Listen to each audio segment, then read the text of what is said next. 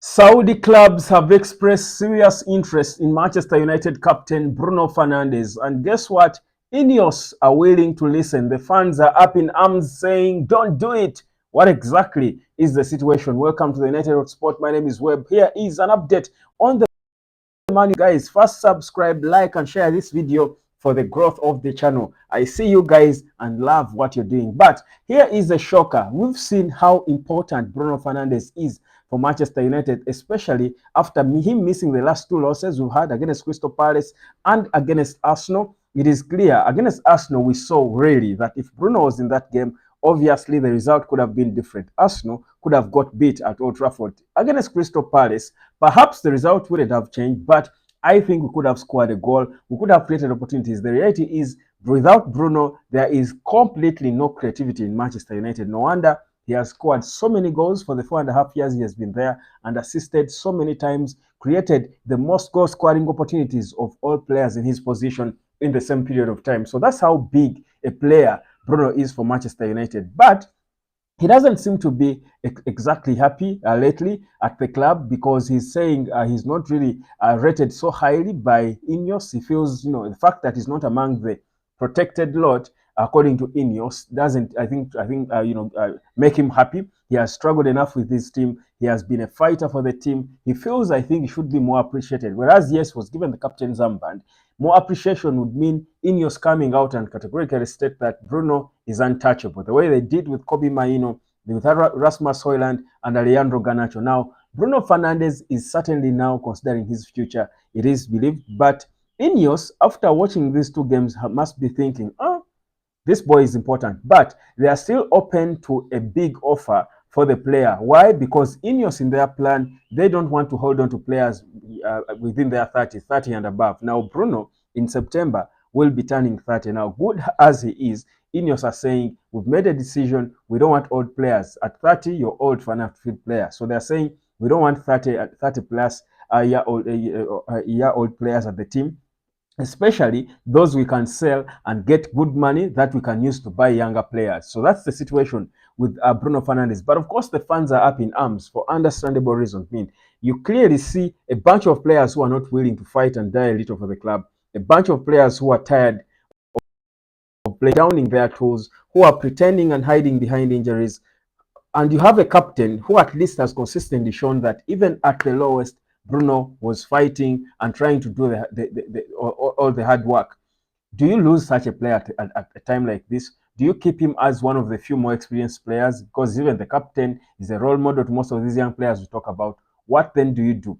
Ineos are there. But as they do that, Saudi Arabia have been monitoring Bruno Fernandes' situation. They are still doing so because they have looked at him as a player they rate highly, who they think can come in and perhaps impact on their league. Because remember, in their strategy as the Saudi Pro League, they have always wanted to bring these high-profile players, if possible, when they are still good enough, when they are not in the late evening of their careers, when they still have years in them. They have always wanted to bring these good players to try and lift up their league. That has been their strategy. Now, some players have gone there, and I think after barely a season have wanted out. You can talk of the former Liverpool captain, that is Jordan Henderson, and the likes.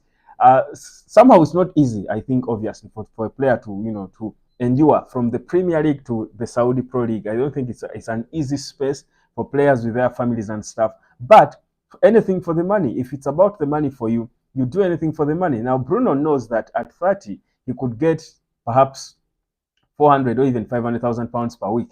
If Bruno left now and went to Saudi Arabia, I think he would command a wage beyond 600,000 pounds per week from these Saudi clubs. They would pay him that money easily. Now, he has got now to weigh his options. Is he going to start United where he's earning just over, I think, 200,000 pounds per week? Will he start United where it's a big team? He's leading a project that looks to be positive. He's leading a rebuild. He's an important person for what is expected to be a turnaround of a club that has been sunk so deep. Would he want to be part of that pride, or would he rather think about the money? Say he's beginning to get injured, he's clocking his 30s, but he can make money for his future generation and generations to come. Already, what he has with what he's earning at Manchester United, already he's filthy rich. he has more money than he can have value for. Now it depends on what his mentality is. If it's like he's like Eden Hazard, who was wanted by so many clubs around the Saudi Pro League, willing to pay him crazy money, but for him it wasn't about the money. It was him being happy, and he has made enough money for himself. Let him go and enjoy his money. It's not about the money. He has the money, enough money, doesn't want more. Or will Bruno choose to go and make money for his clan, for his entire lineage, for his entire future generations? Now, again, it depends on his values, but there is serious interest in him from Saudi clubs. United fans won't be happy about that. But guys, if a club in Saudi, we bought Bruno for about 45, 47 million pounds or thereabout. If a club in Saudi, and I believe a club in Saudi can come and pay 50 million pounds for Bruno Fernandes now, he's clocking 30. Painful as it is, for me, I would say Ineos in this situation, it's okay. And that's the window they are leaving open.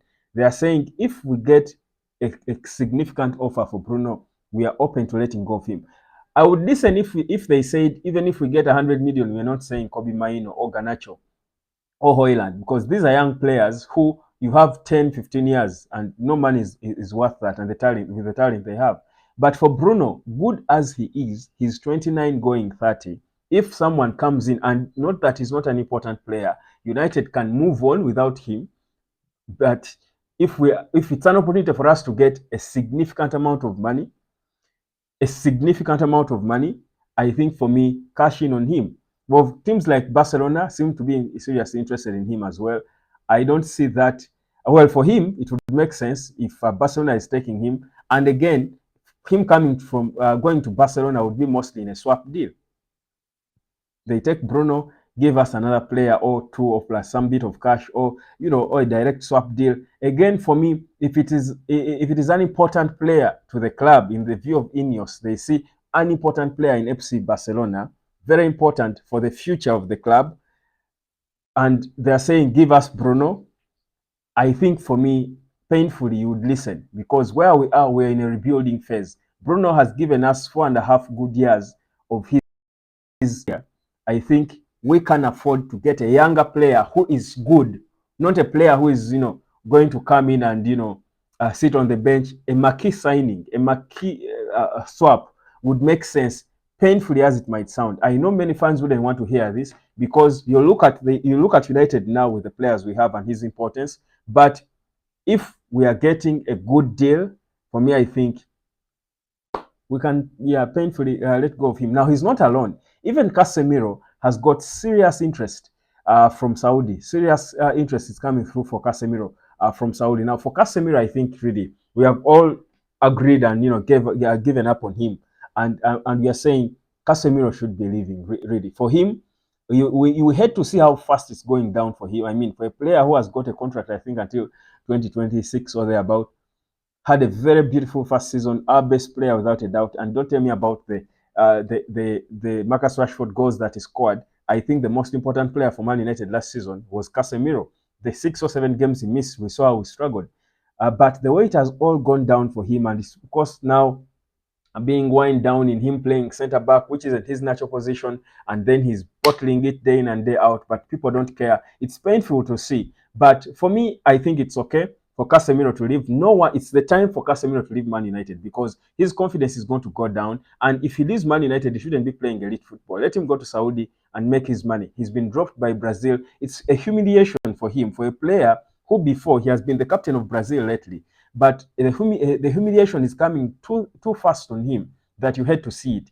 It's extremely painful for such an important player to be now just a season later because of injuries, and he to himself, but also to the players around him. Him being trying to adjust and still fight for the club and play in positions he's not comfortable playing in.